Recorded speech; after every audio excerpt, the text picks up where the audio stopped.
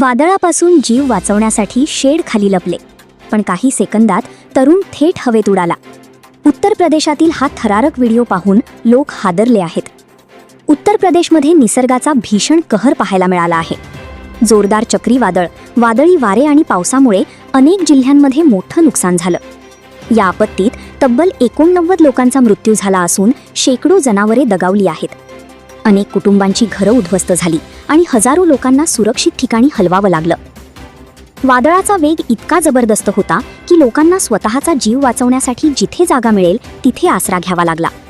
काही जण घरात लपले तर काही लोक पत्र्याच्या शेडखाली उभे राहिले. पण याच दरम्यान एक अशी घटना घडली जी पाहून सगळेच हादरले. सोशल मीडियावर सध्या एक धक्कादायक व्हिडिओ मोठ्या प्रमाणात व्हायरल होत आहे. या व्हिडिओमध्ये एक तरुण पत्र्याच्या शेडसोबत हवेत उडताना दिसतो. सुरुवातीला अनेकांनी हा व्हिडिओ बनावट किंवा AIच्या मदतीने तयार केलेला असल्याचं सांगितलं, पण नंतर हा व्हिडिओ खरा असल्याचं स्पष्ट झालं. ही घटना उत्तर प्रदेशातील बरेली जिल्ह्यात घडली. जोरदार वाऱ्यांपासून बचाव करण्यासाठी 3 जण एका पत्र्याच्या शेडखाली थांबले होते. काही क्षण सर्व काही ठीक होतं, पण अचानक वाऱ्याचा वेग प्रचंड वाढला आणि संपूर्ण पत्र्याचं छत हवेत उडालं. त्याच्यासोबत एक तरुणही जवळपास 50 फूट उंच हवेत फेकला गेला. आजूबाजूला उभ्या असलेल्या लोकांनी हे दृश्य पाहताच आरडाओरड सुरू केली. काही सेकंदांसाठी तो तरुण हवेत फिरताना दिसला आणि नंतर थेट एका शेतात जाऊन पडला. ही घटना इतकी वेगाने घडली की कुणालाही काही समजण्याआधी सर्व संपलं होतं.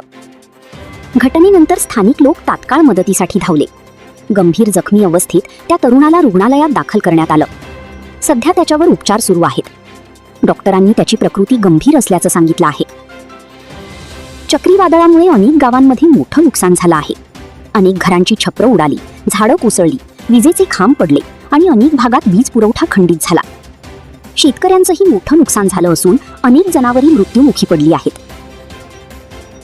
या भीषण घटनेनंतर सोशल मीडियावर लोक विविध प्रतिक्रिया देत आहेत. काहींनी याला मृत्यूच्या दारातून परत आलेला तरुण असं म्हटलं, तर काहींनी निसर्गाच्या ताकदीपुढे माणूस किती कमजोर आहे याची आठवण करून दिली. नैसर्गिक आपत्तीच्या काळात प्रशासनाच्या सूचनांचं पालन करणं आणि सुरक्षित ठिकाणी राहणं किती महत्त्वाचं आहे हे या घटनेतून पुन्हा एकदा स्पष्ट झालं आहे. तुम्हाला काय वाटतं?